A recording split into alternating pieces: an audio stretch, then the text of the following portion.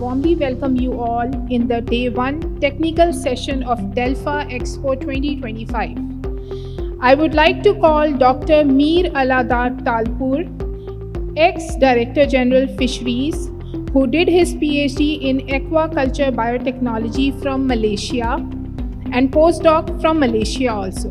His expertise is in breeding and rearing technologies. He has developed novel indigenous probiotic from the gut of blue swimming crab for seed rearing. Also used prebiotic, probiotic and immunostimulant in feed for rearing of fish for active growth and weight gain. He also served in University Science Malaysia. Please sir, I warmly welcome for chairing this technical session. With Dr. Talpur, I would like to call Dr. Muhammad Usman, Dr. Abdullah Sethar, Dr. Shahid Mansoor, Dr. Shaukat Ali Bhatti, and Mr. Khizar Parvez to come up on stage and join Dr. Aladar Talpur. Now I would like to call Dr. Usman for his presentation on rabies virus transmission, pathogenicity, and vaccine development. Dr. Usman has been associated with various institutions like Ziauddin University, Zebist, Federal Urdu University, Cancer Foundation Hospital, Aga Khan Hospital, and Dow University of Health Sciences. His recent contribution for the eradication of rabies from Pakistan was appreciated by Global Alliance for Rabies Control. He was an active member of an international project entitled Development of Inactivated Human Rabies Vaccine Against Wildlife Strain in Pakistan. Assalamu alaikum everyone. Thank you so much Madam Benazir, and I'm really thankful for this forum to invite me and give me an opportunity to talk about a disease for which we are endemic, and this is actually, unfortunately, rabies is one of a neglected tropical disease, which is of course more prevalent in Asian countries, of course including the Pakistan.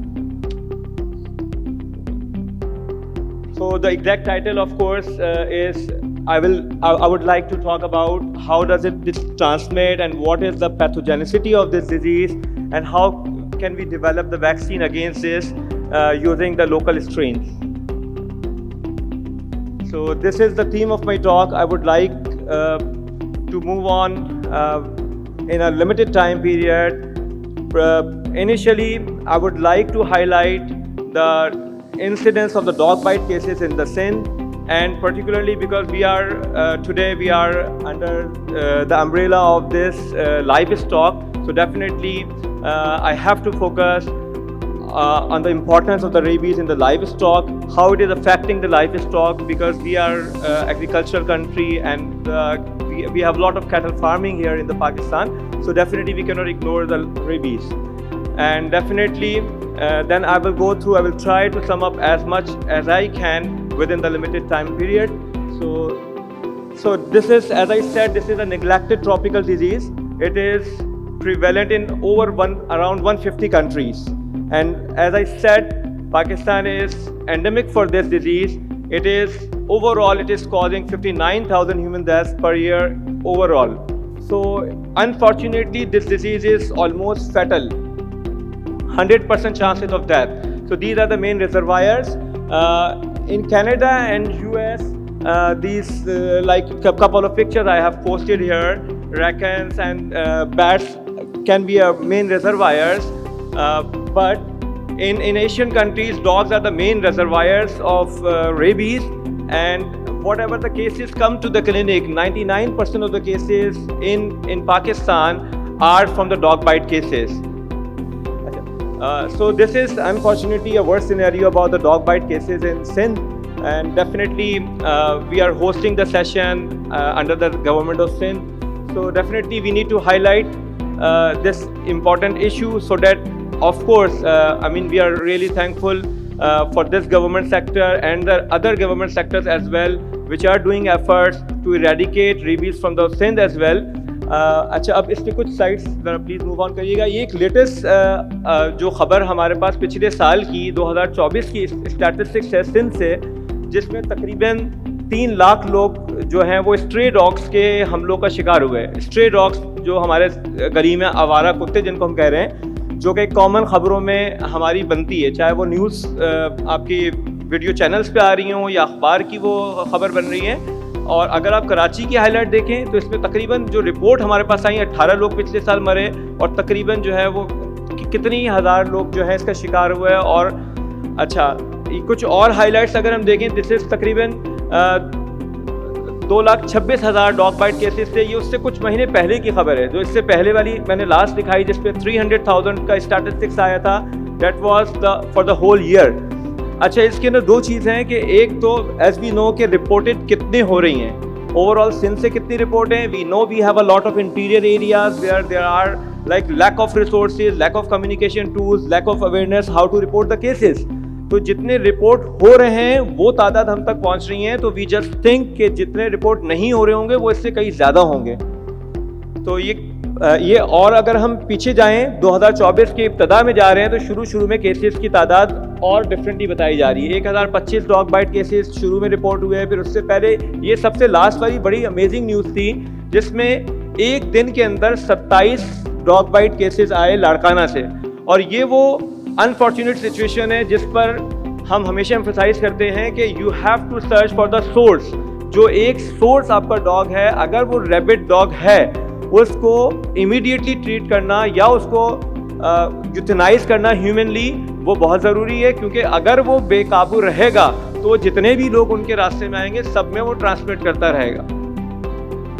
ये मजीद उसके पीछे जा रहे हैं। 26,000 सिर्फ कराची के cases 2022 की report आई। तो ये तकरीबन पिछले 5 सालों का मैंने वो न्यूज़ का डेटा लाने की कोशिश की which was just reported through the newspapers. अच्छा देखिए, अब ये जैसे मैंने कहा कि हम लोग क्योंकि लाइव स्टॉक में किसकी कितनी इंपॉर्टेंस है इसको हमें हाईलाइट करने की ज़रूरत है, because we have the large scale animal husbandry in Pakistan agriculture country है। हमारे पास तेल नहीं निकल रहा बहुत सारे मुल्कों की तरह, तो we have to depend on the farming, we have to depend on the cattle farming and see like 1.63 million tons of meat yearly हमें मिल रहा है कैटल फार्मिंग वगैरह से।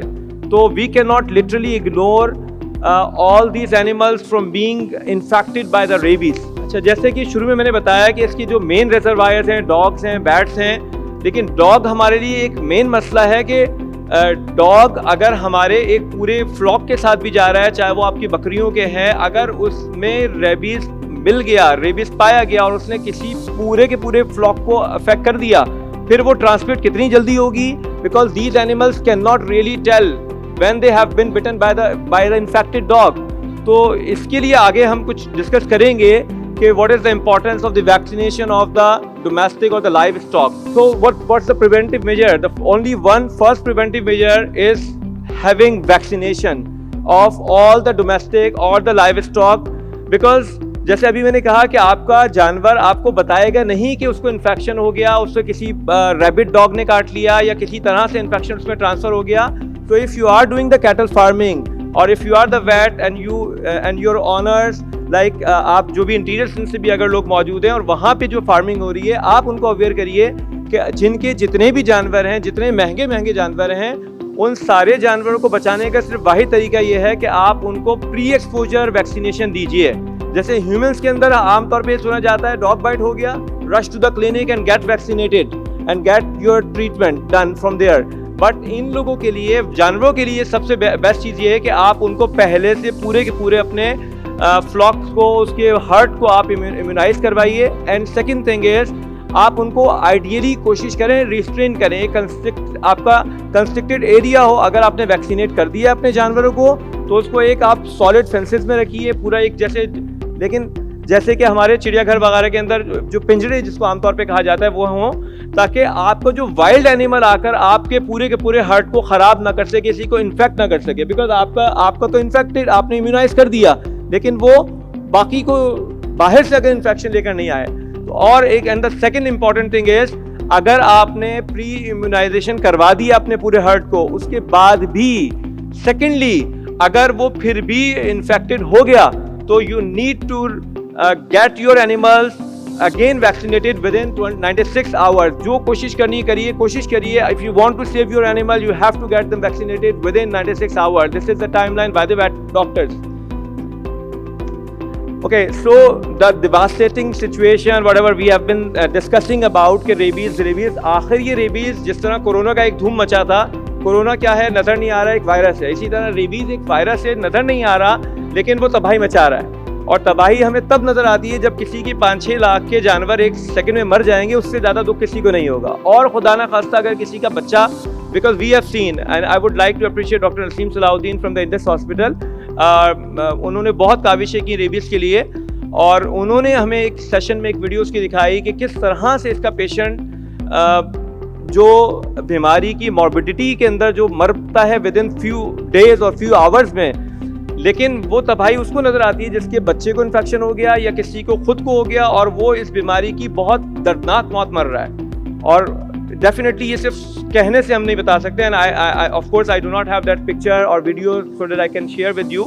So in fact, if you go into the detail of the rabies virus, of course it is a negative sense strand virus, negative strand RNA virus, and that affects the CNS, brain और spinal cord को affect कर रहा है।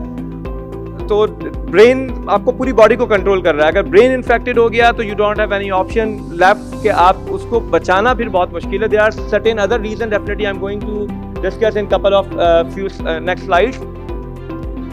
अच्छा, ये virus stable कितने पे? सिर्फ 4 डिग्री सेंटीग्रेड पे स्टेबल होता है, but if you want to keep this virus for the research purpose, for the vaccine development, you can keep it alive for like at -70 degree centigrade for years. और अच्छी बात ये है, if you get infected, ये virus किसी बहुत बड़ी चीज़ से नहीं मरेगा, सिर्फ और सिर्फ घर के साबुन से भी मर जाएगा, लेकिन you need to wash it properly. अगर आपको कहीं से भी इसका इन्फेक्शन हो गया है, थोड़ी सी बात आगे करेंगे, so that's why I have highlighted with the red के सोप या डिटर्जेंट से मर जाता है, because these are the enveloped virus। इसकी बाहर की लिपिड एनवलप इससे किसी भी लिपिड सॉल्वेंट से या सोप से आराम से इसको डिस्ट्रॉय कर देगी। एंड अनदर बीटा प्रोपाइलैक्टोन और फॉर्मलिन वगैरह इसको इनएक्टिवेट कर देते हैं, which is of very useful for us while making the inactivated vaccine, which I am going to discuss in few next slides। तो ट्रांसमिट कैसे हो रहा है? सिर्फ एक डॉग के अंदर रेबीज होना इज नॉट इनफ। एक रैबिट डॉग यहाँ मौजूद है, उसके अंदर रेबीज है, हमने उसको पिंजरे में रख दिया, हमें वायरस नहीं होगा, इसको स्नीजिंग से कफिंग से नहीं होगा, अनटिल एंड अनलेस वो हमें काटे नहीं। हमारी स्किन अगर कहीं से ब्रोकन नहीं है और वो हमें लिक कर लेता है, there is a very rare chance, like dog हमारा पेट भी हो सकता है, और अगर वो वैक्सीनेटेड भी है, बाहर गया, किसी जानवर से लड़ाई हो गई, तो इधर वे अगर उसके अंदर रेबीज का वायरस है तो भी हमारी जब तक स्किन इंटैक्ट है, जब तक हमारी वो बॉडी के अंदर वायरस नहीं जा रहा, we are safe. So transmission is through the bite.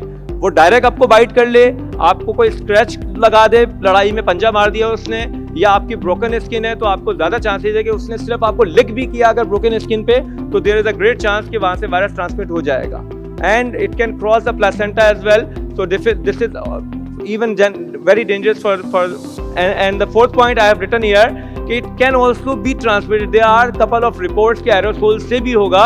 So when we are working in the labs, चाहे research lab है, चाहे आपकी vaccine development की lab है, so we have to be very careful while working with the viruses।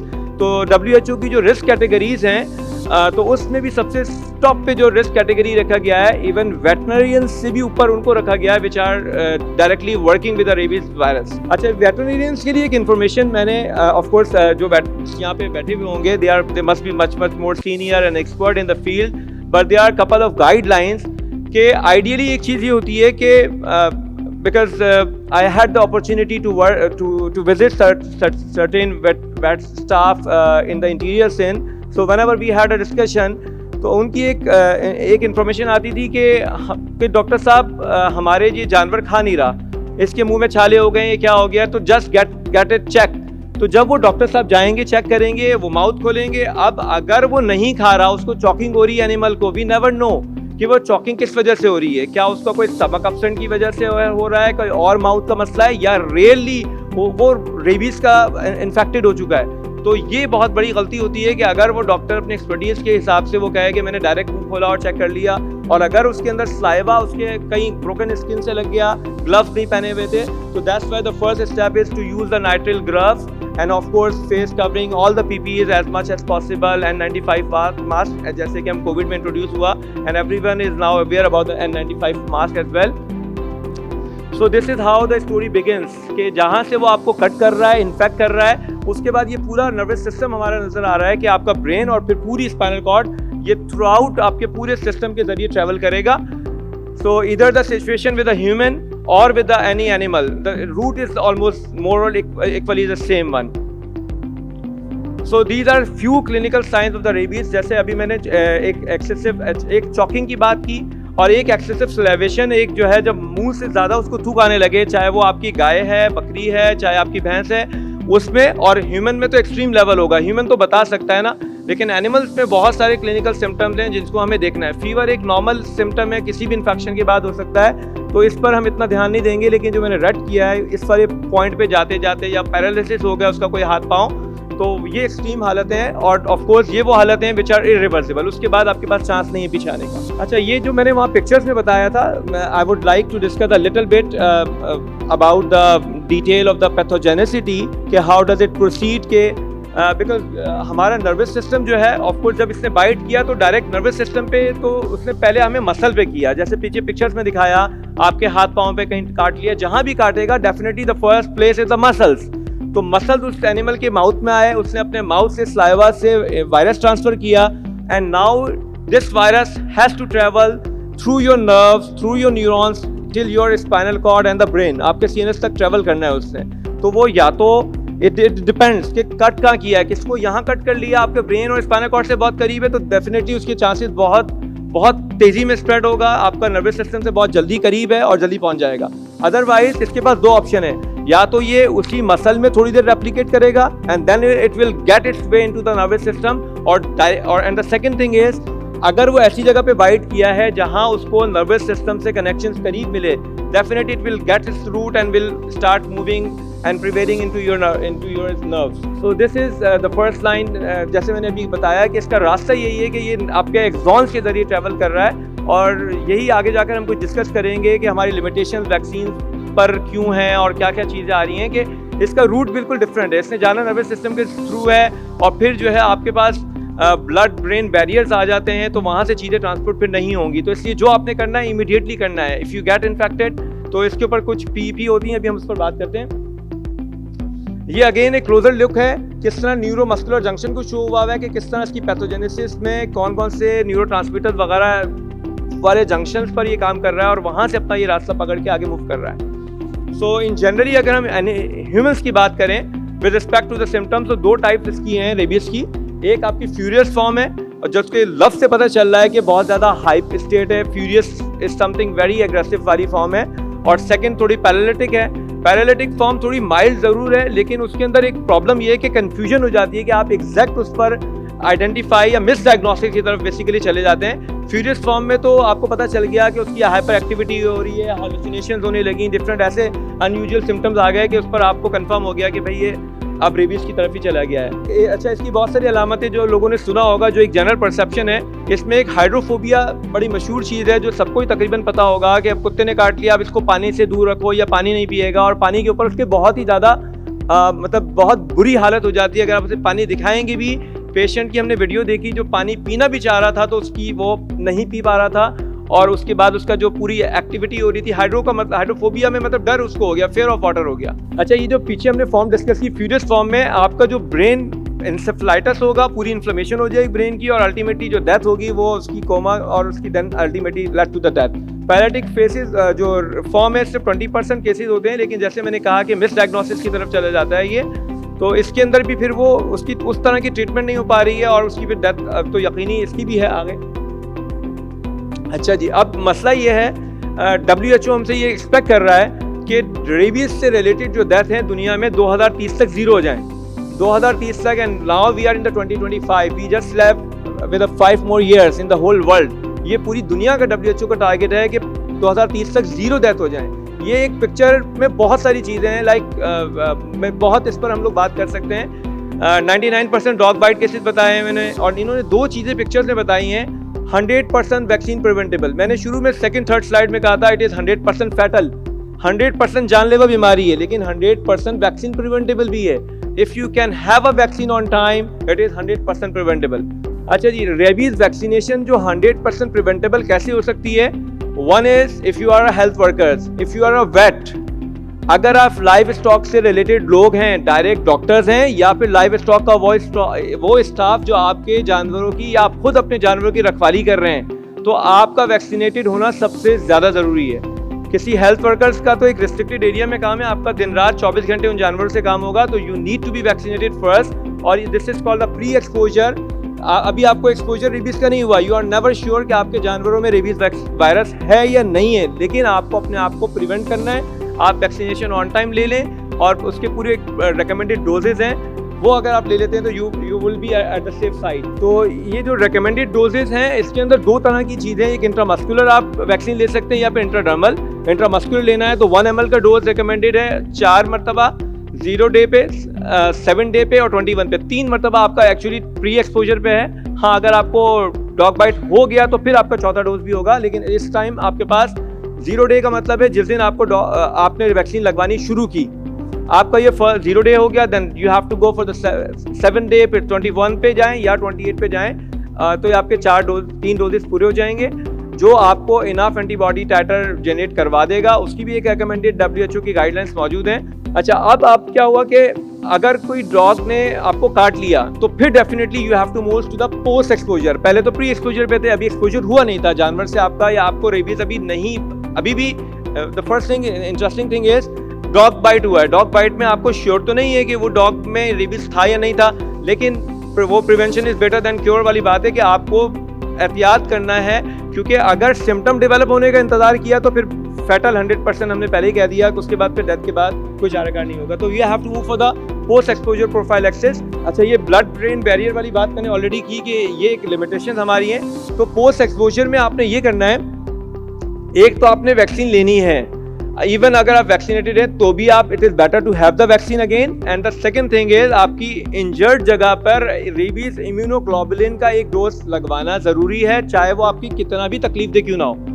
आपको पहले wound की washing करने के बाद RIG अगर रेबीज इम्यूनोग्लोबुलिन नहीं लिया, क्योंकि वैक्सीन आपने डेल्टोइड मसल में लगवा ली या आपने अपने किसी थाइस वगैरह में, जहाँ भी वो पहुँचते उसकी एक्टिविटी में वक्त लगेगा, लेकिन जिस जगह पे आपको वायरस मिला है वहीं पे न्यूट्रलाइज देन एंड देयर करवाने के लिए you need to have this rabies immunoglobulin. तो these are some of the reason I have discussed कि अगर आपने इसके बाद भी क्यों लेना है, क्योंकि इसको अपना एक तो ये चीज़ थी हमने पहले डिस्कस की कि इसने नर्वस सिस्टम के थ्रू जाना है और इसका इंक्यूबेशन पीरियड होगा, जिस incubation period is a golden period time period for you to get vaccinated. अगर आप पहले से वैक्सीनेटेड नहीं थे और आपके कहीं पाँव या टांग पे कहीं बाइट हुआ है तो यू आर लकी कि आपके पास जितना वक्त है आप इमीडिएटली पोस्ट एक्सपोजर प्रोफाइलैक्सिस लीजिए, आप उसको इम्यूनोग्लोबुलिन का डोज भी लीजिए so that it can further boost your immunity. अच्छा, ये WHO की वो कैटेगरी है कि पोस्ट एक्सपोजर प्रोफाइलैक्सिस में आपके पास 3 कैटेगरीज एक्चुअली आती हैं, कैटेगरी 1, 2 एंड 3। फर्स्ट कैटेगरी तो ये है कि सिंपल आपको कोई आपका एनिमल, चाहे वो आपका पेट हो, चाहे वो डॉग हो या कोई भी एनिमल ने आपको सिंपल जो है स्क्रैच कर दिया और डीप वुंड नहीं है, तो definitely you can simply wash thoroughly with soap and plenty soap and water, running water के साथ इतना धोएं कि मेक श्योर करें कि अगर आपका वुंड है तो आप उसको जितना डीपली भी स्क्रैच करके कर सकें। आपको तकलीफ फील होगी लेकिन वो रेबीज के ट्रांसमिशन से कम तकलीफ है, उसको करिए। ये इस सेफ साइड, आपको आगे फर्दर कुछ नहीं करना। हाँ, अगर आपका स्किन इंटेक्ट नहीं रही है और इतना आपको लग रहा है कि वुंड डीप है तो आप डेफिनेटली जाइए एंड गेट वैक्सीनेटेड। और थर्ड वाले लेवल में ये है कि आपका अगर वुंड भी डीप है, अच्छा खासा उसने गहरा काटा है, आपको वैक्सीन के साथ रेबीज इम्यूनोग्लोबुलिन लेनी पड़ेगी, जैसे कि अभी मैंने पहले बताया। ये वो 3 कैटेगरी हैं जिसको मैंने डिस्कस कर लिया। और दीज आर द वैक्सीन जो हमने बात की अभी के आपके यहाँ पे लिखा हुआ है IM ओनली का मतलब इंट्रामस्कुलर आप दे सकते हैं, आप वाइस वर्सा अपनी मर्जी से नहीं कर सकते बिकॉज रिकमेंडेड डोज हैं और उनके अंदर उसकी जो है वो वाइल के अंदर जितना लिखा हुआ है रिकॉन्स्टिट्यूट कर रहे हैं, ये 1 ml का डोज है, तो आप उसको देन एंड देयर यूज़ करेंगे, उसके बाद आप इसको रख नहीं सकते, इसका स्टोरेज शेल्फ लाइफ नहीं होती है। ये बस एक सिंपल दिखाया है कि इंट्राडर्मल या इंट्रामस्कुलर आप कैसे यूज़ कर रहे होंगे। अच्छा, अब वैक्सीन की, क्योंकि हम डेवलपमेंट वाली बात मैंने अगली करनी है आपसे, तो वैक्सीन डेवलपमेंट में जब हम बात करते हैं कि WHO की रिकमेंडेड क्या है, there are of course in any of the field बहुत सारे मेथड डेवलप होते हैं, with the passage of time उनमें इनोवेशन आती है, डेवलपमेंट इंप्रूव होती है। तो WHO की तरफ से जो इस टाइम मोस्ट एक्सेप्टेबल वैक्सीन है which is cell culture based rabies vaccine, जो कि इससे पहले नर्वस टिश्यू पे लोग कर रहे थे, गोट या शीप वगैरह के नर्व टिश्यूज़ पे बनाए जाते थे, उन सब को रिप्लेस करके जो मोस्ट एक्सेप्टेबल है, जिसके लीस्ट साइड इफ़ेक्ट्स या जिसको मोस्ट एक्सेप्टेबल कहा गया वो यही है। एंड सेकेंड थिंग इज़ आपको इंट्राडर्मल मोस्ट रिकमेंडेड कर दिया गया है WHO की तरफ से as compare to intramuscular. Intramuscular लोग अभी भी लगवा रहे हैं, लगवाए जा सकते हैं कि intradermal is most acceptable. Please ये डोजेज मैंने ऑलरेडी बता दी आप लोगों को। सही है, move on.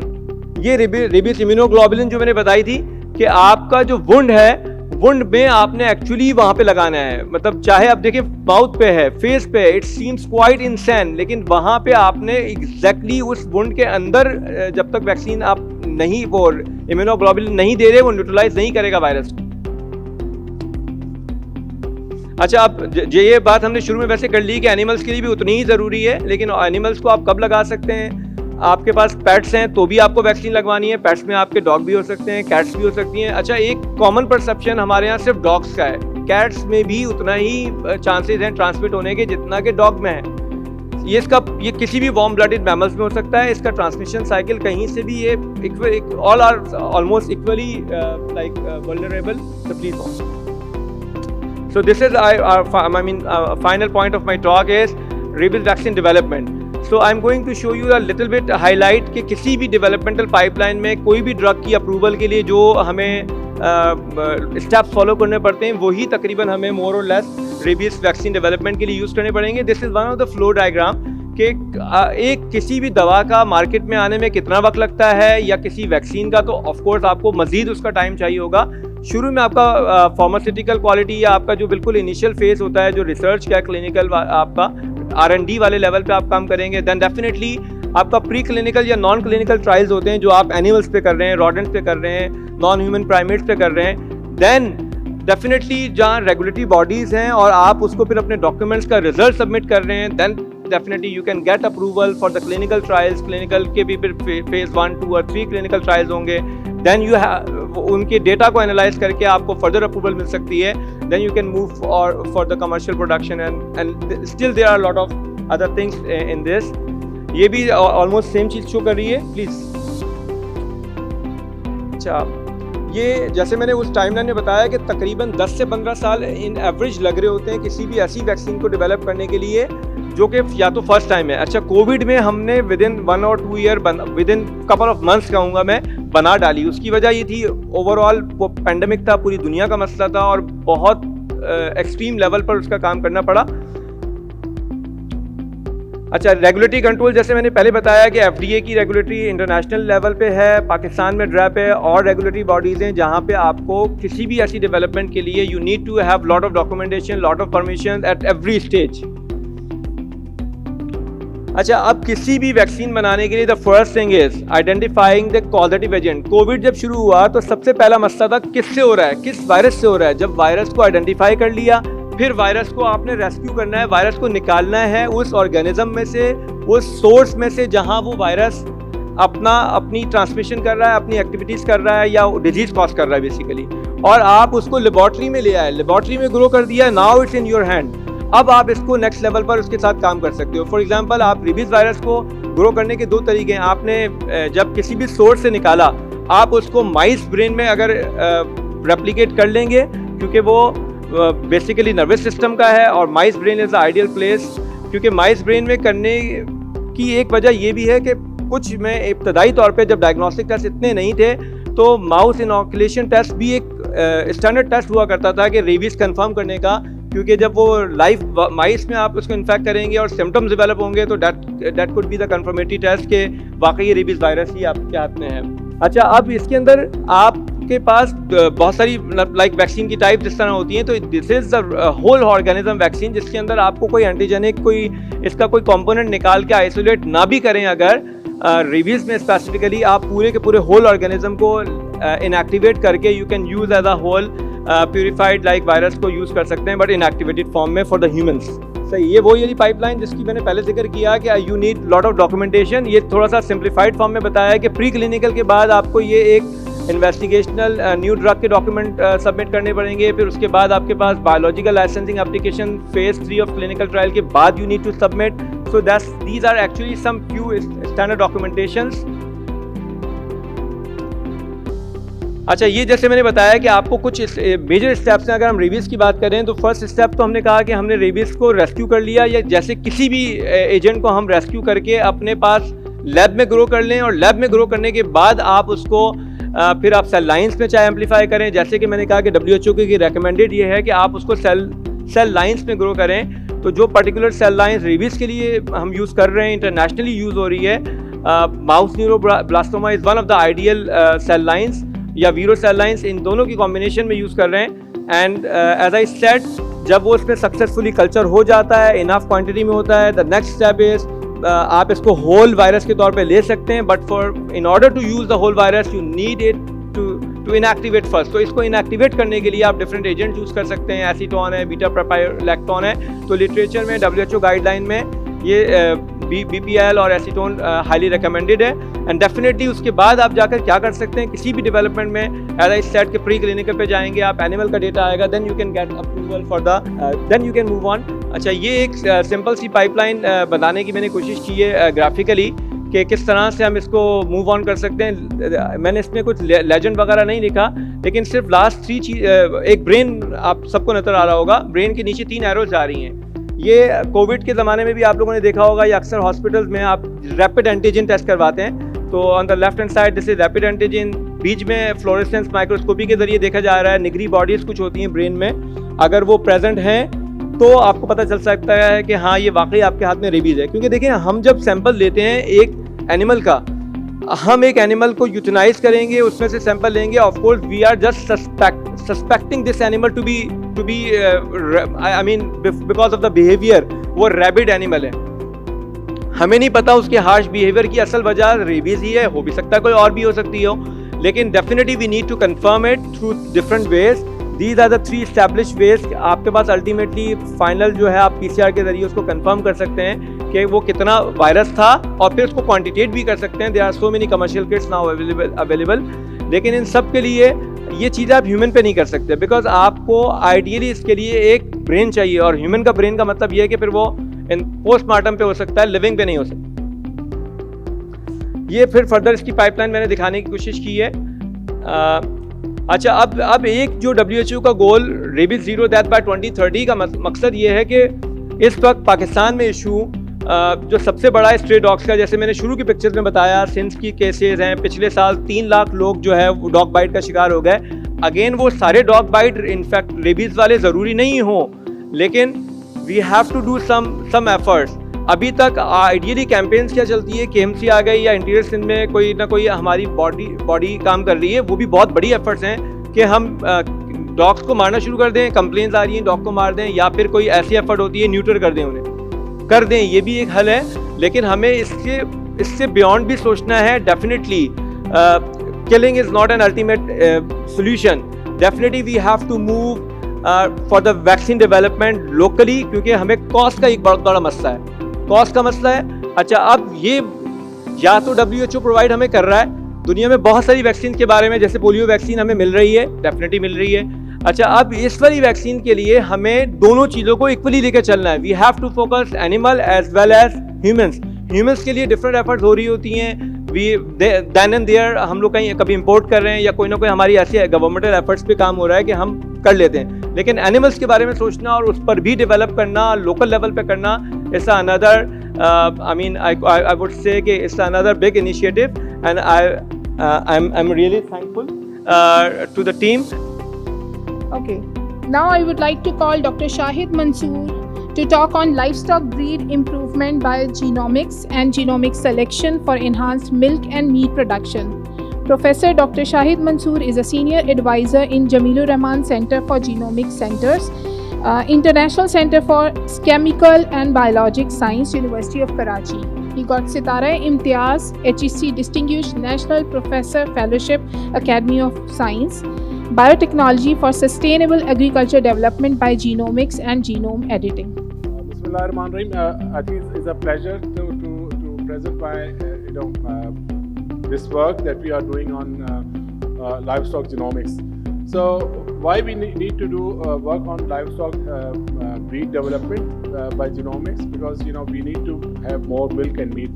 Next slide. So why livestock is so important? Because livestock is major component of our food security. It constitutes about 60% of our agriculture, and there is a huge market for halal, and we don't have enough animals, enough meat to fulfill this requirement.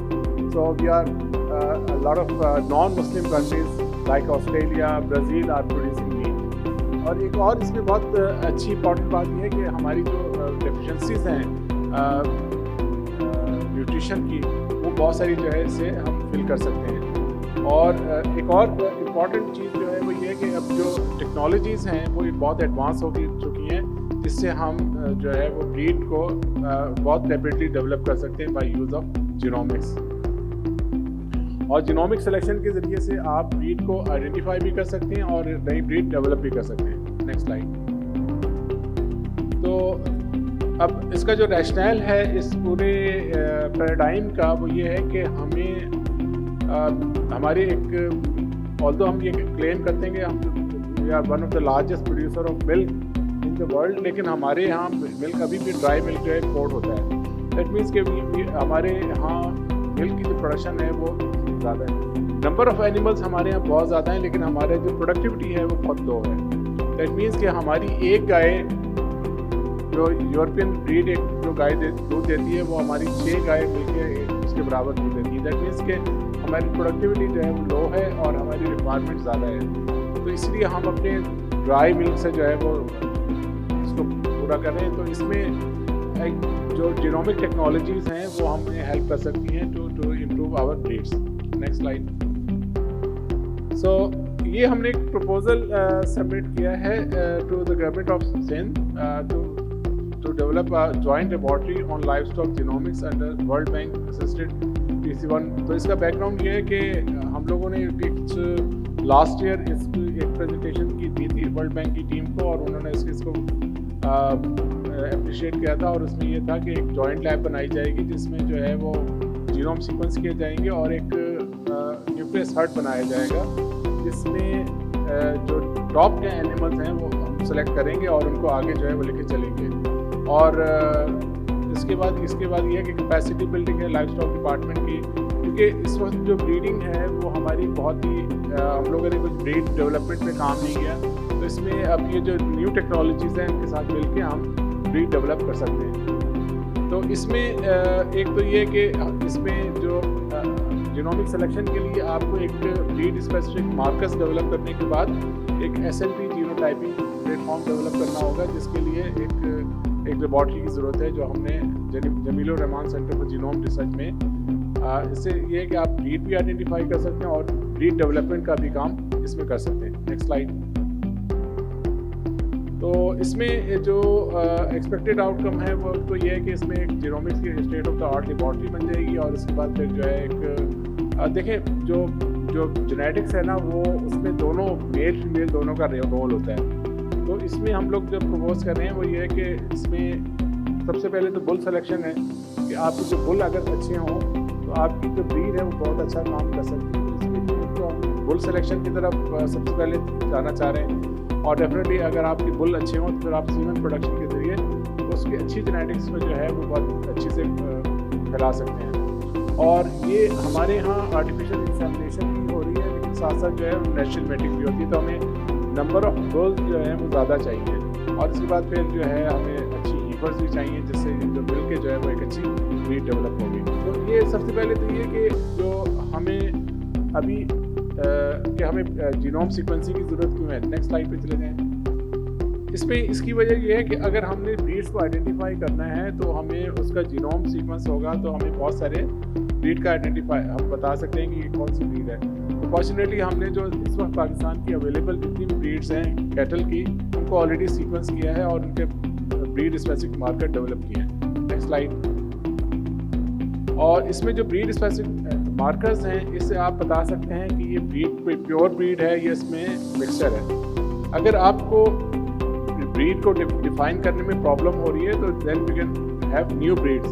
ये कोई वो ये नहीं है कि आपने 3 या 4 breed या 10 ब्रीड आपने काम करना है। अगर आपके पास मल्टीपल ब्रीड्स आ रही हैं तो उनको भी आप नए नाम भी दे सकते हैं, नई ब्रीड को भी आइडेंटिफाई कर सकते हैं। तो इस स्लाइड में हमने बताया कि हर ब्रीड के साथ कुछ स्पेसिफिक मार्कर्स हैं जिनको अगर आप आइडेंटिफाई कर लो तो आप ब्रीड स्पेसिफिक मार्कर्स डेवलप कर सकते हैं।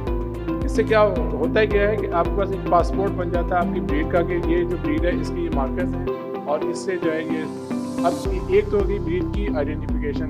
नेक्स्ट स्लाइड पे जाएंगे तो इसके बाद ये है कि जो ब्रीड हमारी है उसमें हमारी जो ब्रीड है ये इंडिसीन ब्रीड है। यूरोपियन ब्रीड्स पे बहुत ज़्यादा काम हुआ है, हमारी ब्रीड्स पे बहुत कम काम हुआ है। तो इसमें हमने कुछ और एफर्ट की थी और बहुत सारे जो उसमें डीपर एनालिसिस जीनोम सीक्वेंसेस करके और इनकी आइडेंटिफाई किया है कि इसमें जो हमारे इंडिजिनस ब्रीड्स हैं उनको किस तरह से हम आइडेंटिफाई कर सकते हैं through genomic technologies. Next slide. इस तरह बफलो में भी ये है कि जो हमारी ब्रीड्स हैं हमारे यहाँ 4 ब्रीड या 5 ब्रीड्स कहा जाता है जबकि इंडिया में 18 ब्रीड्स हैं। तो why don't we define some new breeds. तो ये भी अगर हम बफलो की अगर सिलेक्शन है जैसे अगर मेहड़ की सिलेक्शन है या बदीन की है या सखर की है तो हम उसको नए नाम भी दे सकते हैं ब्रीड्स को। तो ये एक हम लोगों को एक जीनोमिक की बेस पे और प्लस जो है डेफिनेटली जो उसकी बाकी कैरेक्टर्स हैं उसको फिनोटाइप है वो अगर दोनों को कंबाइन कर दिया जाए तो we can identify new breeds. Next slide. ये एक इंटरेस्टिंग केस है कि एक अगर आप बफलो में इंटरेस्टेड हो तो उसमें एक केस होता है कि क्या नीली और नीली रावी अलग-अलग ब्रीड है या नीली रावी उसको नाम दे दिया गया है। तो इसमें हमने बताया था कि नीली एक इंडिपेंडेंट ब्रीड है, रावी एक इंडिपेंडेंट ब्रीड है और उसके मिक्सर से जो है नीली रावी ब्रीड बनी है। Next slide. और इसी तरह अगर हम जीनोमिक सिलेक्शन करना चाह रहे हैं तो हमें एक SNP मार्कर्स चाहिए होंगे और उसके लिए आपको जो है एक माइक्रो अरे का एक जो है ना सेटअप चाहिए और इसके लिए जो है वो डिफरेंट जो है इसमें मार्कर्स अगर आपके पास हों तो आप ये बता सकते हैं इस ब्रीड का मिल्क कितना होगा, ये बता सकते हैं इसकी क्वांटिटी कितनी होगी, क्वालिटी क्या होगी, प्रोडक्टिव लाइफ कितनी होगी, इसमें प्रोटीन की परसेंटेज कितनी होगी, इसमें फैट की परसेंटेज कितनी होगी, just by looking at genomics. और ये जस्ट आफ्टर बर्थ भी हो सकता है, ये ज़रूरी नहीं कि आपका एनिमल जो हो उसके बाद ही आप ये बता सकते हैं। ये सारी इंफॉर्मेशन जो है वो जस्ट आफ्टर पैदा जानवर के जस्ट आफ्टर बर्थ जो है वो ये बता सकते हैं। Next slide. तो ये मैं इसको स्किप कर दूंगा क्योंकि टाइम थोड़ा है, इसमें बहुत सारे कुछ टेक्निकल इश्यूज भी हैं कि हमें अपना काम शुरू करना है तो we need to develop our own breed specific markers और इसके जो कैरेक्टर्स हैं उनके लिए, क्योंकि जो अभी जो चिप्स अवेलेबल हैं SNP मार्कर्स अवेलेबल है वो यूरोपियन ब्रीड्स के हैं। हम इसको अपनी लोकल ब्रीड जो है जैसे हमारी रेड सिंधी है, कांकराज है या थरी है, इनके लिए अगर हमने मार्कर्स डेवलप करने हैं तो we need to have our own SNP markers platform. Next slide. और एक और चीज़ जो है वो ये है कि हमें कुछ नई ब्रीड की भी डेवलप करने की ज़रूरत है। फॉर एग्जांपल मैंने एक एग्जांपल दी है गिरलैंडो की। तो हमारी तरह का ब्राज़ील में भी इशू था कि ब्रीड जो थी वो लोकली अडॉप्टेड नहीं थी, वो हाई टेम्परेचर पे सर्वाइव नहीं करती थी। तो उन्होंने इंडियन एक ब्रीड थी गिर और हॉल्स्टीन फ्रीजन की क्रॉस से एक नई ब्रीड डेवलप की जिसे हम गिरलैंडो कहते हैं। तो लोकली अडॉप्टेड है और इसमें जो वर्ल्ड की इस वक्त सबसे ज़्यादा जो मिल्क का रिकॉर्ड है वो गिरलैंडो का है। Next slide. और इसके अलावा कुछ और टेक्नोलॉजीज़ भी हैं जिसमें हम सेक्स सीमन भी यूज़ कर सकते हैं और उसका आपको पता है कि जो लोग ब्रीडिंग से ताल्लुक़ रखते हैं उनको पता है कि अगर आपके पास मिल्किंग एनिमल चाहिए तो आप we will always prefer a female. तो अगर आपको प्री डिफाइन ब्रीड चाहिए, आपको फीमेल चाहिए तो आप ये कर सकते हैं कि सेक्स सीमन कर सकते हैं। उसमें आपको जो उसकी जो टेक्निकल बेसिस है वो ये है कि जो X क्रोमोसोम और Y क्रोमोसोम के साइज़ में फ़र्क होता है, उसमें DNA कंटेंट फ़र्क होता है। तो इसकी बेसिस पे आप जो है वो सॉर्ट आउट कर सकते हैं। इसी तरह ये है कि अगर जो एडवांटेजेस हैं जीनोमिक सिलेक्शन के वो ये है कि आप फौरी तौर पे जो है आफ्टर बर्थ एनिमल का पोटेंशियल बता सकते हैं कि उसमें कितना सिलेक्शन है, कितनी उसकी पोटेंशियल है और कितने जो है ना वो उसके जो कैरेक्टर हैं और कितना वो फार्मर के लिए यूज़फुल होगा। हमारी जो ब्रीड्स हैं वो उसमें बहुत अच्छे कुछ कैरेक्टर्स हैं, जैसे हमारी जो ब्रीड है वो बहुत अरसे तक जो है वो मिल्क प्रोडक्शन में रहती हैं as compare to European breeds. तो दोनों तरह के कैरेक्टर हम उसमें सिलेक्शन करके और अच्छे कैरेक्टर जो हैं वो ले सकते हैं और ब्रीड डेवलप कर सकते हैं। और बेनिफिट आपको पता ही है कि सेक्स फीमेल अगर हो तो आपको जो आपकी डिज़ायरेबल सेक्स है मेल या फीमेल, नॉर्मली अगर हम हार्ट डेवलपमेंट की तरफ जा रहे हैं तो वो we prefer male female animal. Next slide. तो ये कुछ चैलेंजेस हैं इसमें, हमारी ब्रीडिंग पॉलिसी है तो वो हमें बहुत अच्छी से डेवलप करने की ज़रूरत है। डॉक्टर अब्दुल्ला सेठर साहब मेरे बात करेंगे तो इंशाल्लाह वो जो है वो ब्रीडिंग पॉलिसी भी बताएंगे। फिर फंडिंग चाहिए और कुछ एक और हम जो कोशिश करनी चाहिए कि जो जितने भी ब्रीडर्स हैं पब्लिक सेक्टर में, प्राइवेट सेक्टर में, वो पब्लिक प्राइवेट पार्टनरशिप के साथ मिलकर काम करें तो ये इंशाल्लाह ये काम बहुत तेज़ी से हो सकता है। Thank you, Dr. Saab. Now I would like to call Dr. Abdullah Sethar to give presentation on Livestock Breeding Services Authority Sindh.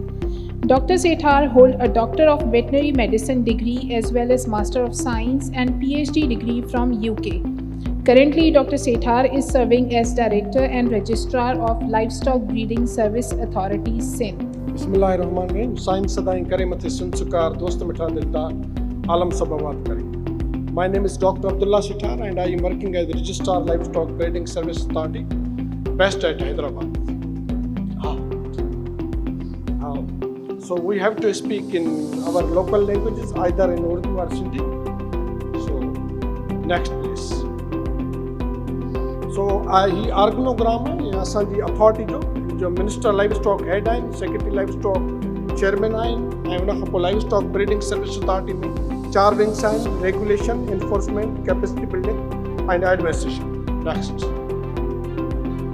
So authority is responsible to promote and regulate livestock breeding activities, entire breeding chain ऐं ही Sindh livestock breeding act 2016 के तहत जो वजूद में आई है। सो इसका मकसद है कि लाइवस्टॉक जो ब्रीडिंग वैल्यू चेन है उसको चलाना और लाइवस्टॉक ब्रीड्स हैं उनको कंजर्व करना और इंडिजिनस लाइवस्टॉक ब्रीड है उनको कंजर्व इम्प्रूव करना और उसके एंसिलरी मैटर है वो देखना। इसका मिशन है गुर्बत का खात्मा और increase living standard by enforcing this act and to provide milk and meat to people of Pakistan through increased performance in production of cows, buffaloes, sheep, goat, camel and other breeds, and protect the unique genetic traits of local breeds through regulated breeding services, ensuring sustainability and biodiversity, create employment opportunities, involve income for rural communities, strengthening veterinary care and disease prevention strategies to improve livestock health। जो इसका mission है वो milk में और गोश्त की पैदावार बढ़ाना है और फूड सिक्योरिटी को इंश्योर करना है, मिल्क और मीट को अवेलेबल रखना है इजी अप्रोच पे, प्राइस पे, regulation of live stock breeding service और to protect indigenous breed. Next. So objectives: provision of breeding service in line with breeding policy जो फेडरल गवर्नमेंट ने बनाई है, conservation and propagation of indigenous breed, human resource development, ensuring traceability of each breeding service to availability of reliable data। अगर कोई भी insemination करता है तो उसकी बैक ट्रेसिंग हो, improve genetic potential, and why this authority was established, why we feel the need that this should be constituted. Actually, indiscriminate use of genetic resources, non-regulated breeding services, untrained human resources, uncontrolled eruption of semen production units, import and use of exotic semen without breeding plan and authenticity, unprincipled breeding practices and result में genetic deterioration भी हो रही थी और low productive animals का तादाद भी बढ़ता जा रहा था। इसने हमें कंपेल किया कि ये अथॉरिटी बनाई जाए। सो इसके 11 फंक्शंस हैं main. Regulation of live stock breeding service, improve genetic potential of exotic as well as indigenous breed, protect our indigenous breed, वो जो ड्विंडल हो रही है क्रॉस ब्रीडिंग की वजह से उनको, और deal ancient matter, raise awareness regarding standard and quality of breeding service, registration and licensing of breeding farms, जो भी फार्म्स हैं उसको ब्रीडिंग अथॉरिटी के पास रजिस्टर्ड होना है, और आर्टिफिशियल इंसेमिनेशन प्रैक्टिशनर्स को रजिस्टर्ड करना है, companies involve in breeding value chain and breeding males जो नेचुरल सर्विस दे रहे हो या SPUs पे हैं उनको रजिस्टर्ड करना है, और artificial insemination training centres.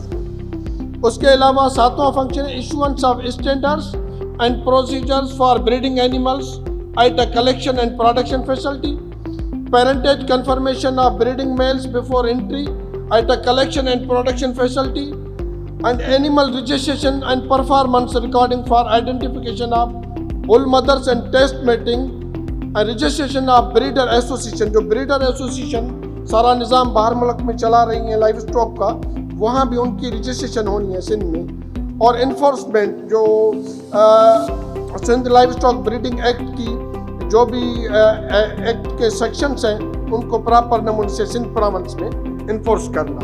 Selection of breeding males का for AI, selection of breeding males for natural service, और physical infrastructure of semen production unit and semen collection and preservation standards के मुतालिक, और guideline and standards for import of exotic semen, पहले वो नहीं होते थे, और आर्टिफिशियल इंसेमिनेशन ट्रेनिंग्स और ट्रेनिंग इंस्टीट्यूट्स के लिए जो स्टैंडर्ड्स हमने दिए हुए, guideline and standard for use of exotic semen, किस एनिमल में कब और कौन सी ब्रीड करनी चाहिए, standard procedure for artificial insemination service. So इसको जो है 11 मेंबर की बोर्ड चला रही है, जिसमें सेक्रेटरी लाइव स्टॉक चेयरमैन है, रजिस्ट्रार इसका सेक्रेटरी मेंबर है, DG लाइव स्टॉक मेंबर है, executive director animal breeding member है, executive director animal husbandry member है, रिप्रेजेंटेटिव फ्रॉम ब्रीडर एसोसिएशन है, रिप्रेजेंटेटिव फ्रॉम फार्मर एसोसिएशन, और dean faculty of animal husbandry Tandojam university, chairman department of animal reproduction member है, और एक live stock expert Aslam Parvez Umrani sahab member है, और additional secretary technical live stock fisheries वो भी मेंबर है। ये स्टैंडर्ड प्रोसीजर हम मुख्तलिफ वक्तों में न्यूज़पेपर में सोशल मीडिया पे सर्कुलेट करते हैं, जो सारा हमारा मैकेनिज्म बयान करते हैं।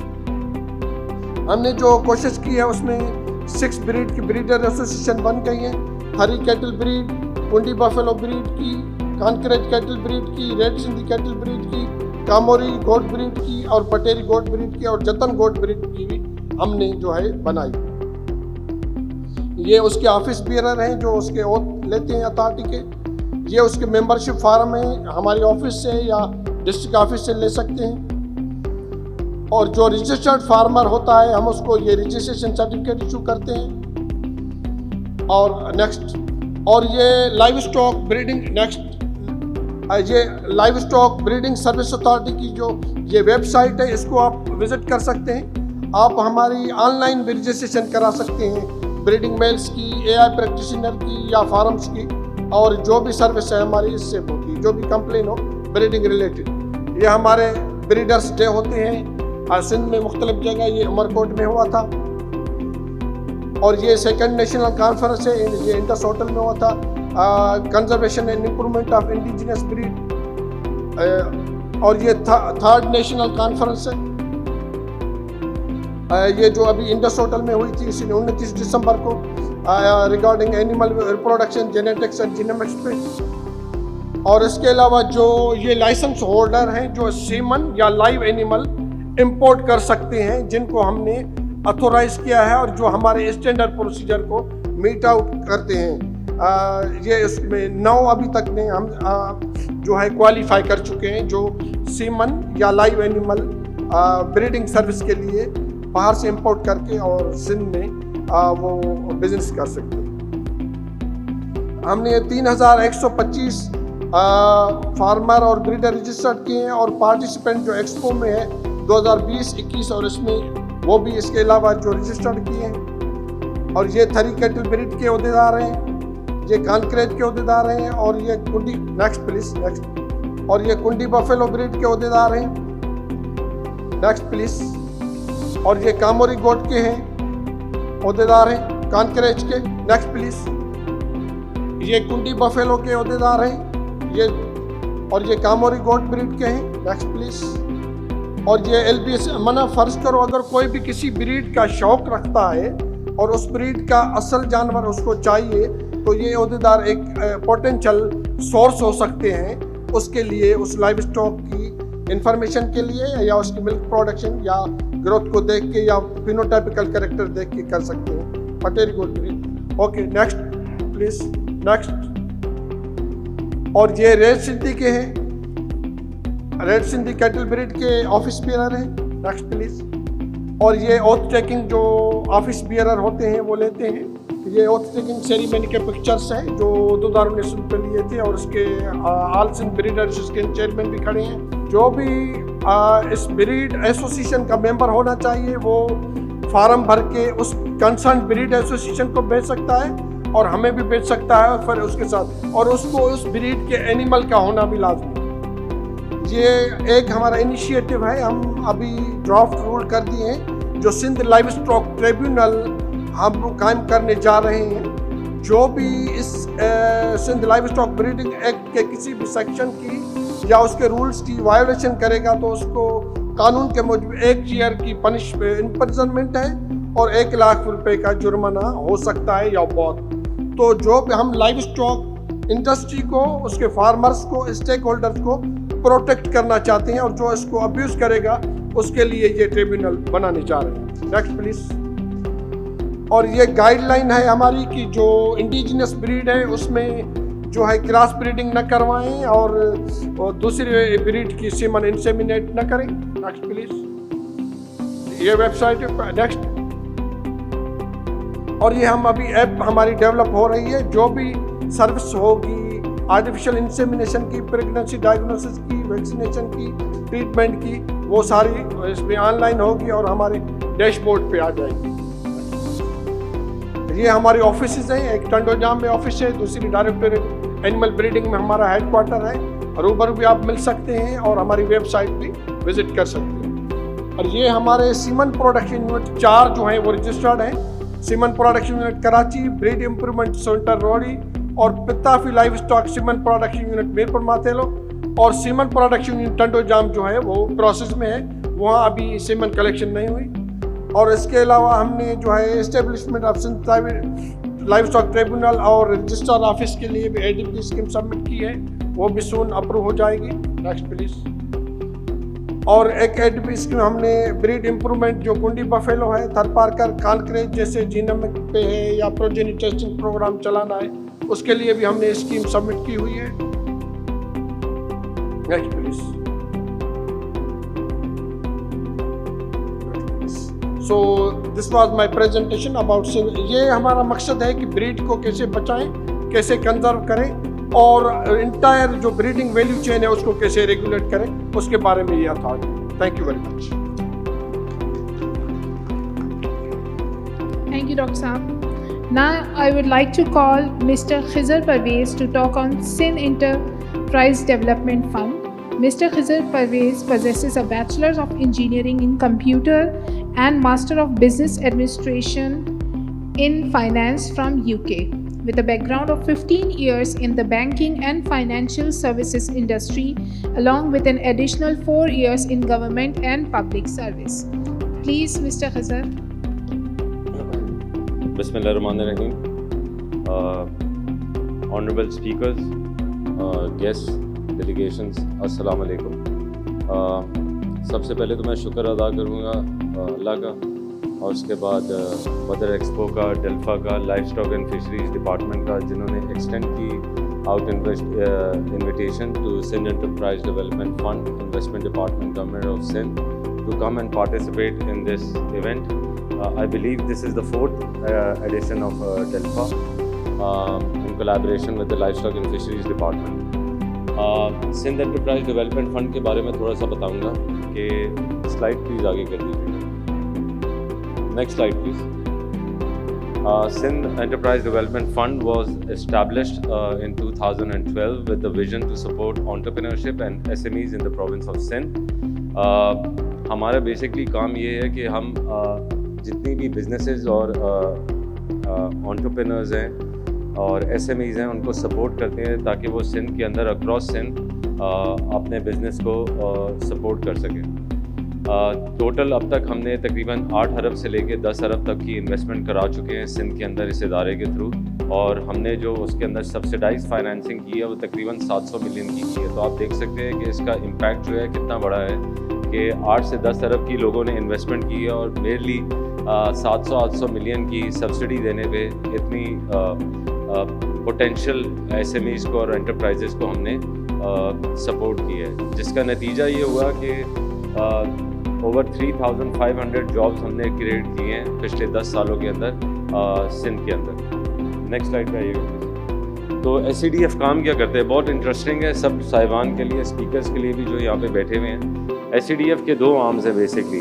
We provide technical and financial assistance. Technical, अगर लेट्स से कोई मिल्किंग पार्लर लगाना चाहता है, डेयरी फार्म लगाना चाहता है, स्लॉटर हाउस लगाना चाहता है, पोल्ट्री फार्म लगाना चाहता है, फीड मिल लगाना चाहता है, राइस मिल लगाना चाहता है, फ्लोर मिल लगाना चाहता है, तो लाइव स्टॉक, एग्रीकल्चर, फिशरी से रिलेटेड कोई भी काम करना चाहता है वो SCDF के पास आएगा।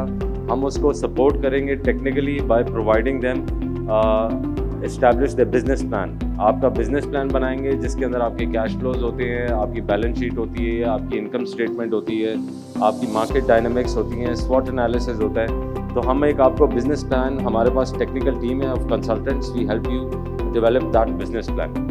दूसरा, हम लाइस करवाते हैं आपको डिफरेंट गवर्नमेंट डिपार्टमेंट से, लाइफ स्टॉक एंड फिशरीज़ हो गया, एनवायरनमेंट हो गया, और आपका फाइनेंस डिपार्टमेंट हो गया, कोई और डिपार्टमेंट हो गया, लैंड डिपार्टमेंट हो गया, उससे हम लाइस करवाते हैं ताकि आपको किसी किस्म की कोई प्रॉब्लम ना हो। थर्डली, अगर आपको लैंड का कोई इशू है, आपको सिंध में ये कारोबार करने के लिए लैंड चाहिए है, तो हमारा सिंध स्मॉल इंडस्ट्रीज़ कॉर्पोरेशन के साथ एग्रीमेंट हुआ हुआ है जहाँ पे हम आपको बहुत ही सब्सिडाइज रेंटल पे हम आपको 99 ईयर लीज पे प्लॉट्स दिलवा सकते हैं। फाइनेंशियल असिस्टेंस हम किस तरह प्रोवाइड करते हैं आपको, हमारा तकरीबन सारे कमर्शियल बैंक्स के साथ एग्रीमेंट हुआ हुआ है सिंध में।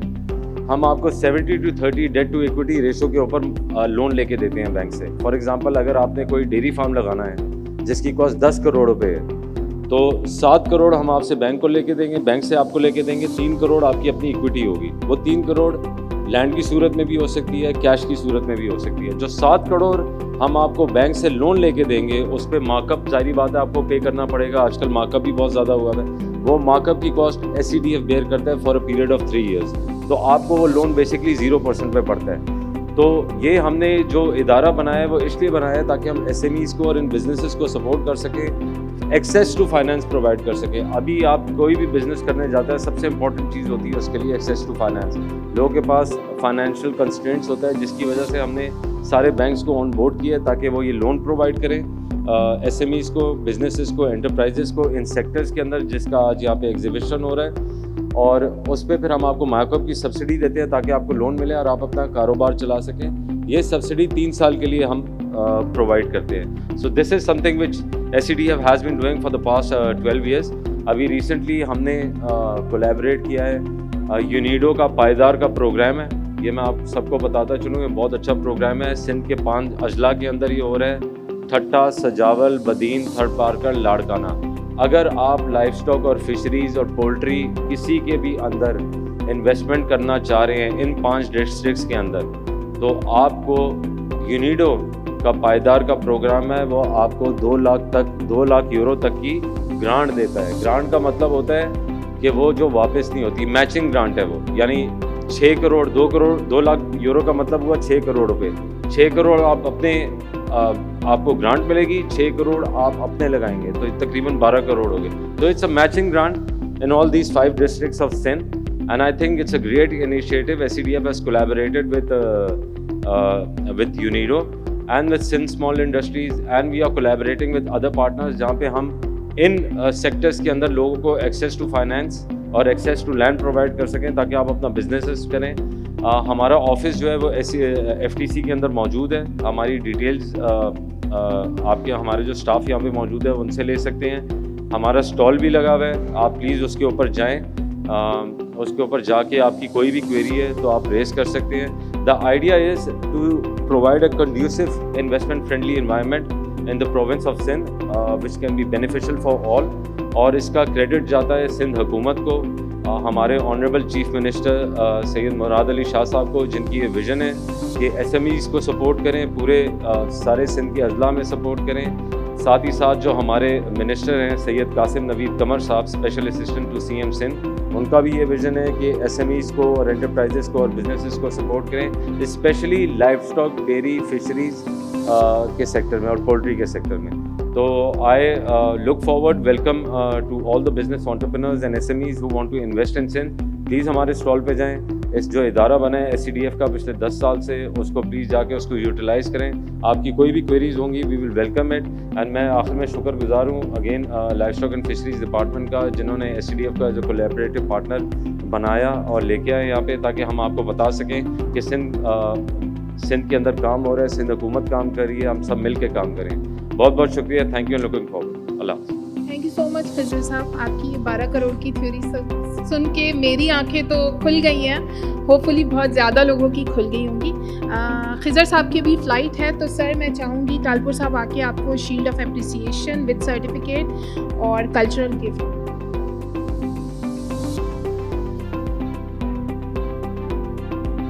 Now I would like to call Dr. Shaukat Ali Bhatti Saab to talk on profitable feedlot fattening challenges and solutions. Dr. Shaukat Ali Bhatti is a PhD from Ohio State University, Columbus, USA. He is an associate professor of animal nutrition in Faculty of Veterinary and Animal Sciences, Ziauddin University, Karachi. Bismillahirrahmanirrahim. Good evening, everyone. Assalamu alaikum warahmatullahi wabarakatuh. Doctor Benazir, बहुत शुक्रिया आपका, और इस event के organisers का बहुत शुक्रिया जिन्होंने मुझे मौका दिया कि मैं इस टॉपिक के ऊपर गुफ्तगू कर सकूं। कि मैं देख रहा हूं कि ये एक पब्लिक गैदरिंग है, इसमें लोग जो हैं मेहमान भी आए हैं और इसमें प्रोफेशनल भी हैं। मेरी जो टॉक है वो ज़्यादा फार्मर ओरिएंटेड है। Thank you for your feedback. ये आवाज़ अब आ रही है आप तक? माशाल्लाह, चलें, thank you very much for your feedback, that's what I like. जी, तो ये profitable feedlot fattening challenges and solutions, ये आसान लफ्ज़ों में इसका जो तर्जमा है वो ये है कि जानवरों को फरबा करना, जानवरों को मोटा करना, पालना और फिर उनको बेच देना और उससे मुनाफा कमाना।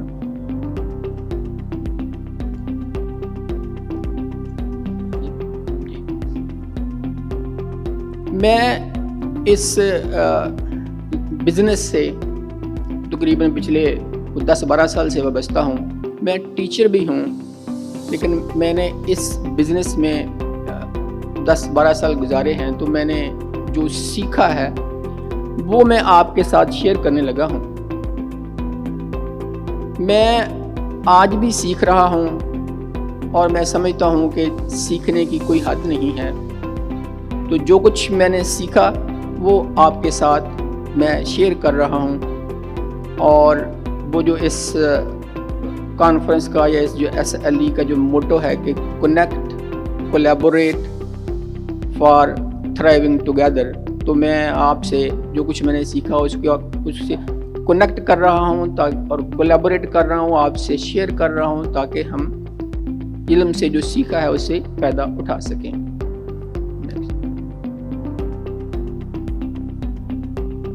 जैसे कि मेरा टॉपिक था कि बिगेस्ट चैलेंज, जो चैलेंजेस एंड सॉल्यूशंस, तो पहले हम चैलेंजेस की बात करते हैं। इस बिज़नेस में फीडलॉट फैटरिंग में, प्रॉफिटेबल फीडलॉट फैटरिंग में जो सबसे बड़ा चैलेंज है वो ये है कि इसको एज ए चैलेंज ना लेना, बल्कि इसको ऐसे ही समझना जैसे ये कुछ भी नहीं है, इसको सीरियस ना लेना और इसको बगैर प्रोफेशनल अप्रोच के शुरू करना। और इस वजह से फिर लोग जब इस कारोबार में आते हैं तो फिर उनको ज़्यादा सक्सेस रेट नहीं मिलता।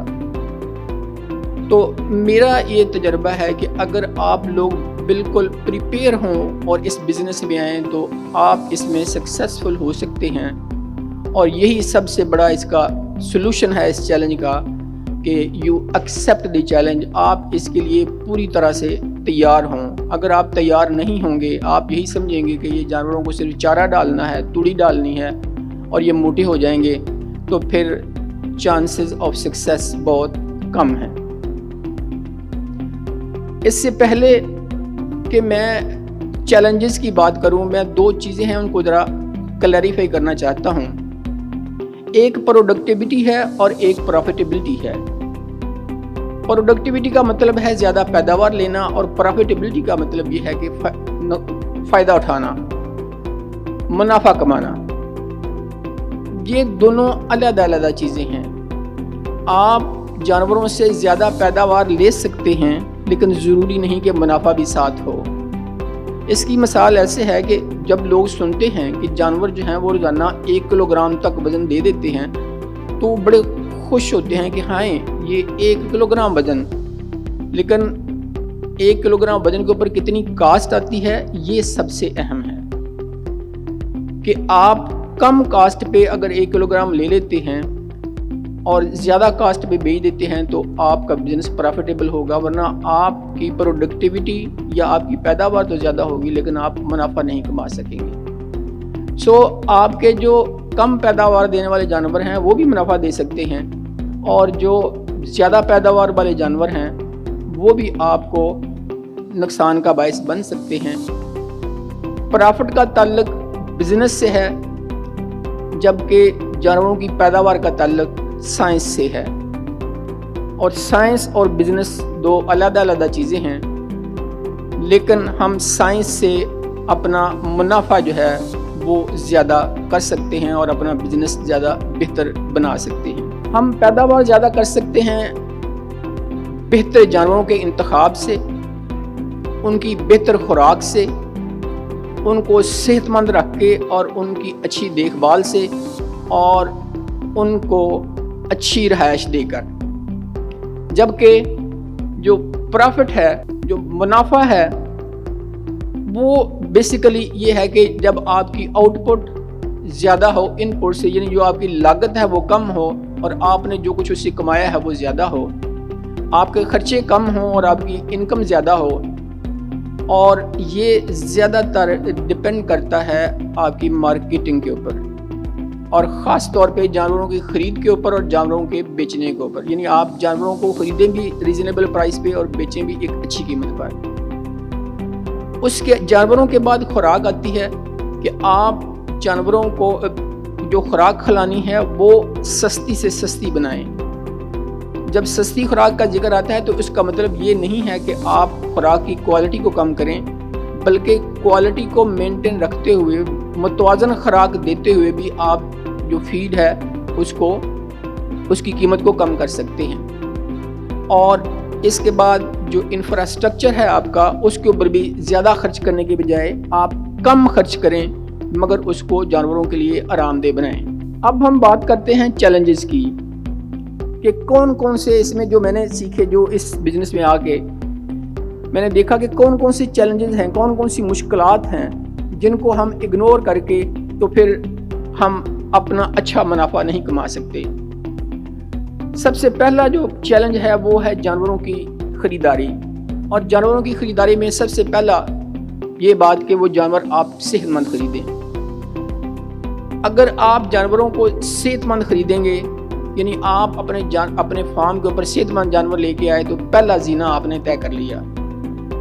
उसके बाद आप देखें कि कौन से जानवर जो हैं जिनका ग्रोथ रेट या बढ़ोतरी की शरह ज़्यादा है। कुछ जानवर ऐसे हैं जो ज़्यादा ग्रो करते हैं और कुछ जानवर हैं जो सेहतमंद होने के बावजूद भी कम वज़न गेन करते हैं। लिहाजा आप ऐसे जानवरों का इंतखाब करें, ऐसी नस्ल का इंतखाब करें जिसका ग्रोथ रेट, जिसकी बढ़ोतरी दूसरों से ज़्यादा हो। फिर जानवर खरीदते वक्त आप ये देखें कि उन जानवरों को कोई कंटेजियस डिजीज़ ना हो, जिसमें कि ये गलघोटू है, फुट एंड माउथ है, एंथ्रेक्स है और ब्लैक वाटर वगैरह हैं। फिर जब जानवर ख़रीदते हैं तो वहाँ पे धोखेबाजी बहुत होती है। जो व्यापारी हैं वो जानवरों को पानी पिला के ज़रा मोटा ताज़ा दिखा के आपसे पैसे ज़्यादा वसूल कर लेते हैं। इस बात का ख्याल रखें कि आपको जानवर जो है वो पानी पीले हुए ना मिलें। अगर वो जानवर जो हैं वो उन्होंने पानी पिया होगा तो वो आपके लिए एक तो आप उनकी कीमत ज़्यादा देंगे वहाँ पे, और एक वो बीमारियों का सबब भी बन सकते हैं, क्योंकि जब वो ज़्यादा ज़बरदस्ती उनको पानी पिलाते हैं तो उनके फेफड़ों में पानी चला जाता है, जिससे उनको ड्रेंचिंग नमूनिया हो जाता है और फिर कई दफ़ा वो जानवर बचते भी नहीं हैं। नेक्स्ट, जानवर अच्छे और सेहतमंद ख़रीदने के बाद यह है कि आप उनको एक रीज़नेबल प्राइस पे ख़रीदें। अगर आपने पहले ही जानवर जो है वो महंगे ख़रीद लिए तो फिर यूँ समझ लें कि आपकी पहली नाकामी यहीं पे शुरू हो जाएगी। आपने जानवरों को रीज़नेबल रेट पे ख़रीदना है, और इसके लिए बेहतर यह है कि किसी प्रोफेशनल बायर की खिदमात ले लें। वो चाहे आपसे पैसे लेगा लेकिन आपको चीज़ अच्छी ख़रीद देगा, जिससे आपकी इन द लॉन्ग रन जो प्रॉफिटेबिलिटी है वो ज़्यादा हो जाएगी। जानवरों को ख़रीदने के बाद अगला मरहला है उनको फार्म पे लाने का। आम तौर पे लोग जब जानवरों को ट्रांसपोर्ट करते हैं तो उनके आराम का ख्याल नहीं रखते। इस तरह से जानवर रास्ते में आते ही बहुत सारी जो स्ट्रेस है उसका शिकार हो जाते हैं, और अगर कोई जानवर कमज़ोर हो तो कई दफ़ा रास्ते में भी उनकी अमवात हो जाती है।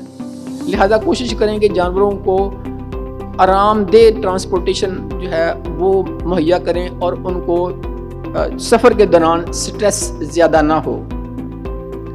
इसके बाद जब जानवर फार्म के ऊपर आ जाएं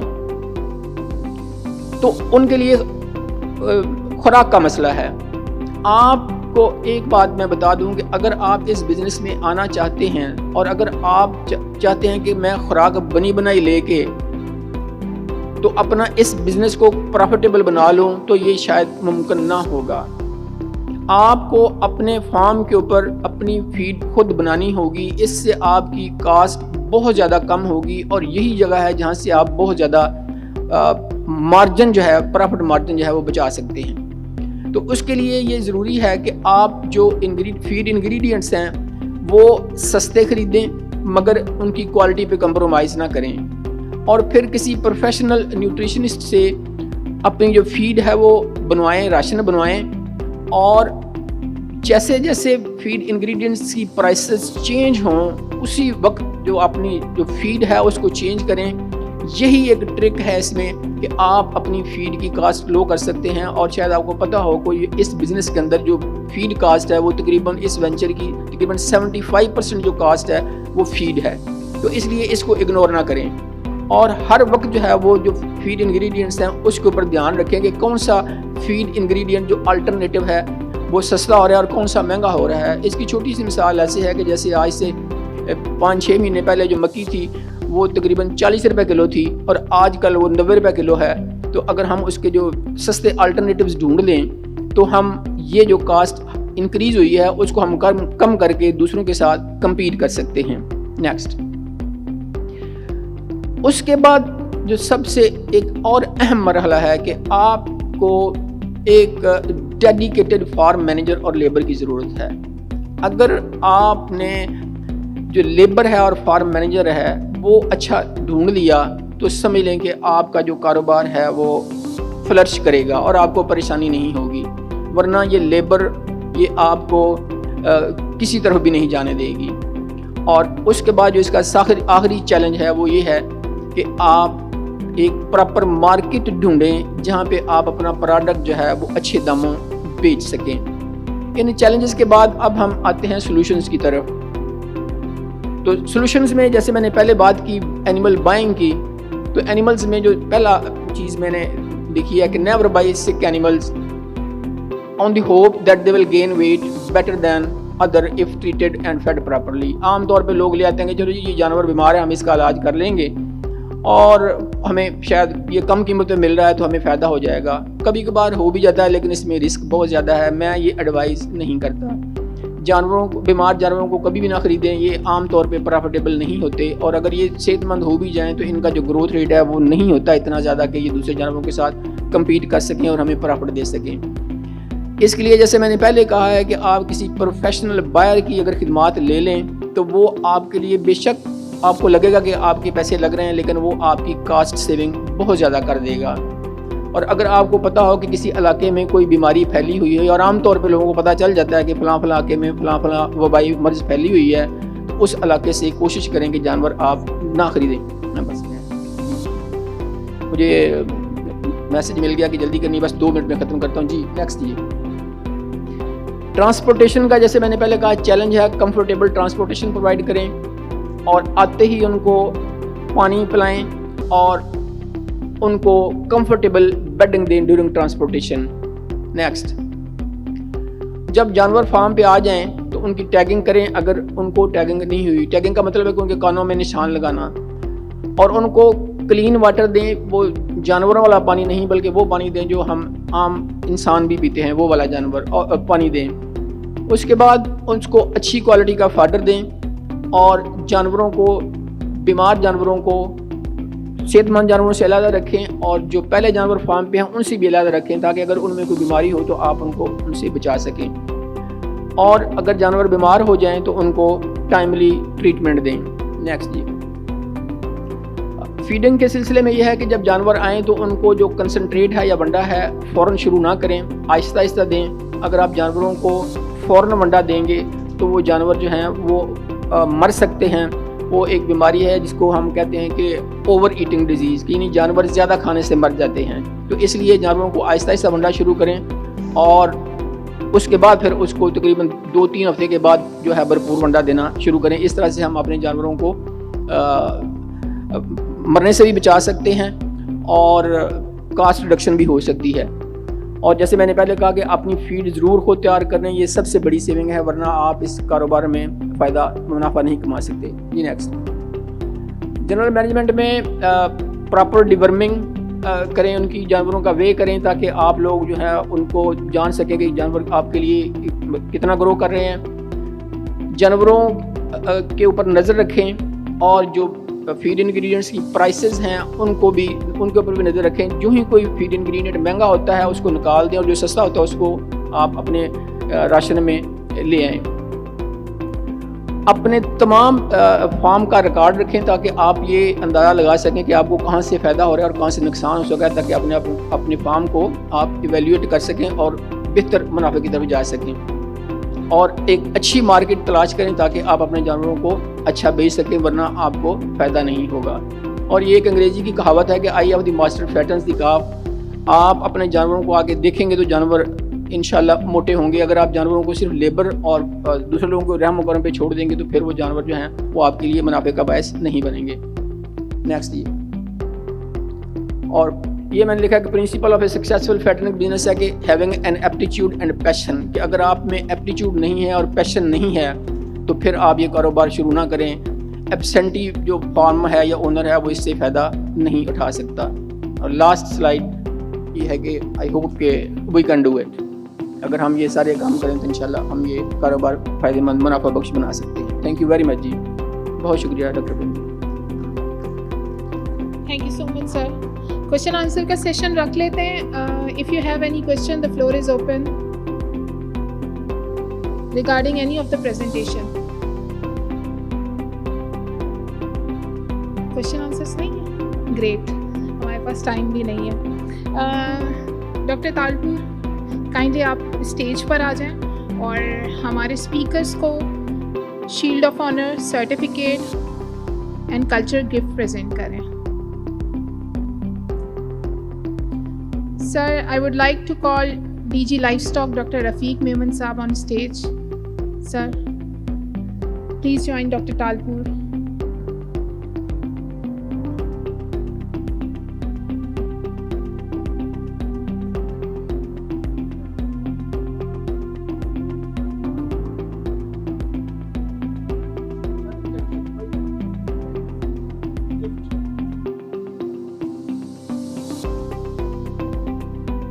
I would like to call Dr. Usman.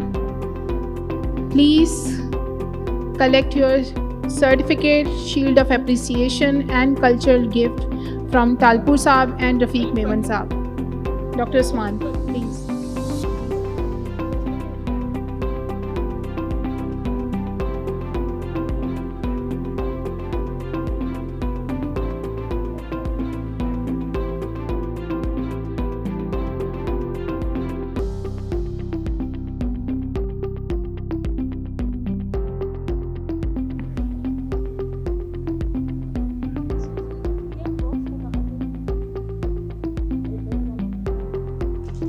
Thank you, Dr. Usman. Now I would like to call Dr. Shahid Mansoor to receive his Shield of Appreciation certificate and cultural gift. Ji.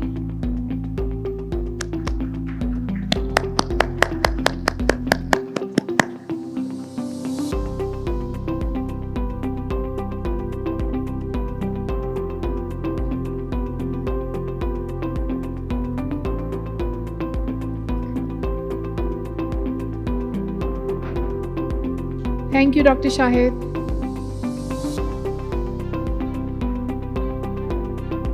Now, Dr. Sethar, sir, please. हो रहा था. Sir, खड़ी आया.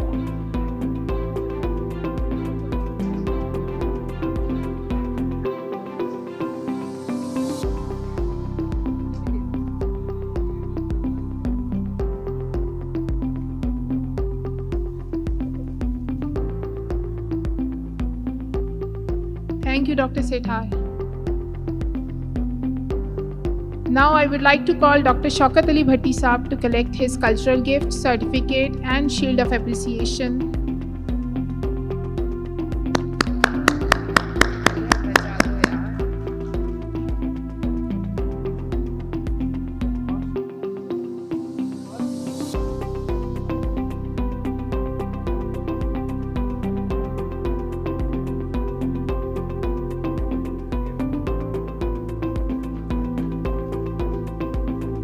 Thank you, Dr. Saab.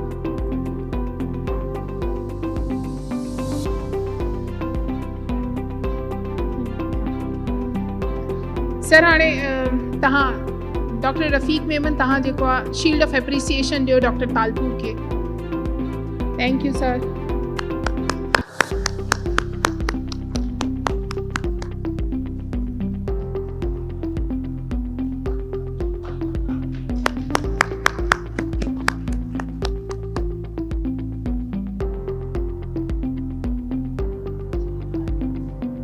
Thank you so much, sir.